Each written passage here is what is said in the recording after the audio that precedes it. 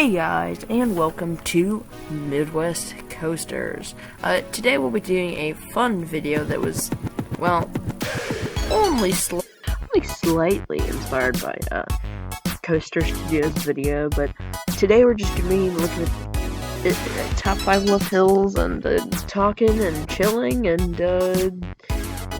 but that's about it. Let's get straight into the video. Before we do, you guys should check out my podcast, Chief Chat Podcast. It's we play video games and we talk about life and things like that. And although it may not be for all of you coaster enthusiasts, I'm sure you'll enjoy it. Let's get straight into the video.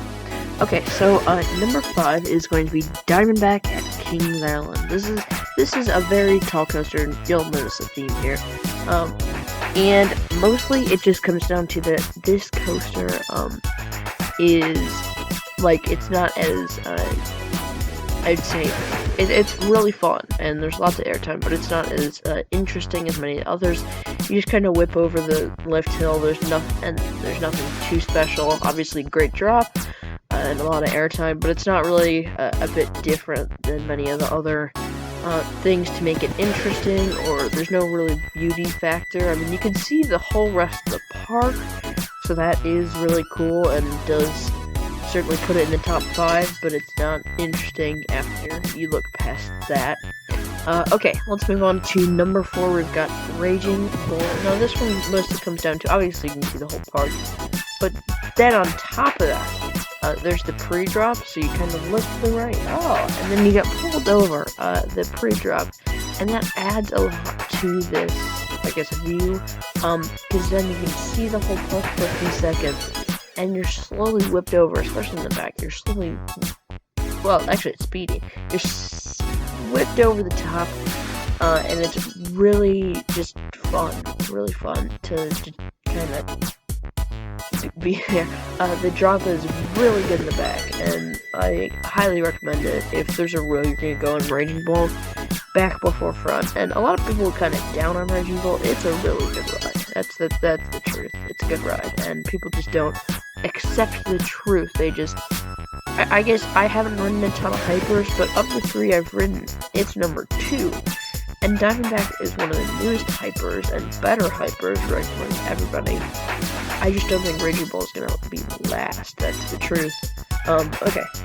Number 3 is going to be another hyper. We've got the Magnum XL 200. So this ride is really fun. It feels kind of rickety, I guess, as it is an arrow, and really mostly it comes down to the view you get looking straight out as far as I can see on Lake Erie. It's just a beautiful feeling that you can't experience in a ton of other rides. However, obviously there's more rides you can experience that because it's on this list, but more about it in depth. It's I'd say slower ride, per se, at the park. So it almost feels it's more fun and less crazy for me, because that's what allows you to have a lot more views, and the anticipation on that drop is really good. So I feel like that drop and view is worthy of its spot in number 3. Okay, let's move on to number 2. So number 2 is the number 1 ranked coaster in the world, and it's moved down a spot. Now, mostly this list comes to anticipation and the view. However, the view on this one isn't all that great. Like, it's fine, but mostly you just see the hotel breakers and the campgrounds. So what mostly makes this stand out is the anticipation of riding the best roller coaster in the world that really makes the ride special. I'm on the best ride in the world. I'm on Steel Vengeance. I'm going up the lift hill. I'm cresting the drop. I'm on the first airtime ride. I mean, that's a long step, but like, it's insane that you're on the ride. That's what makes it feel so special.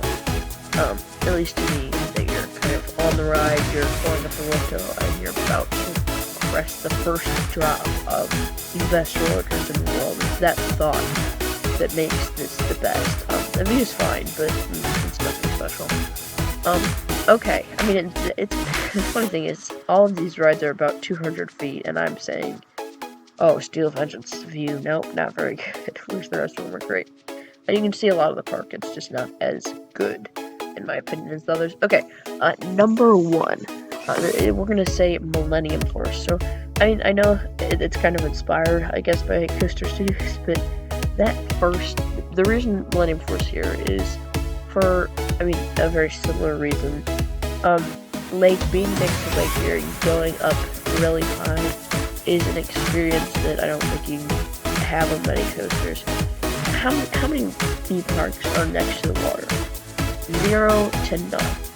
So the fact that this theme park is next to the water and 3 to 4, possibly 5 rides you could say, are on the water, it looks really nice and feels really nice. Like you got Wicked Twister that's kind of on the beach, Gatekeeper on the beach, and this one is what stands out. You're on the water, probably 12 feet to the water to your left.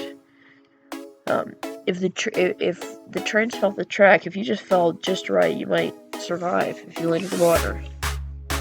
Just kidding. Life doesn't work like Minecraft if you're going up 300 feet. Anyway, so yes, and the other kind of games of this ride, I guess. The beans, the meat of this ride. I'm just naming foods.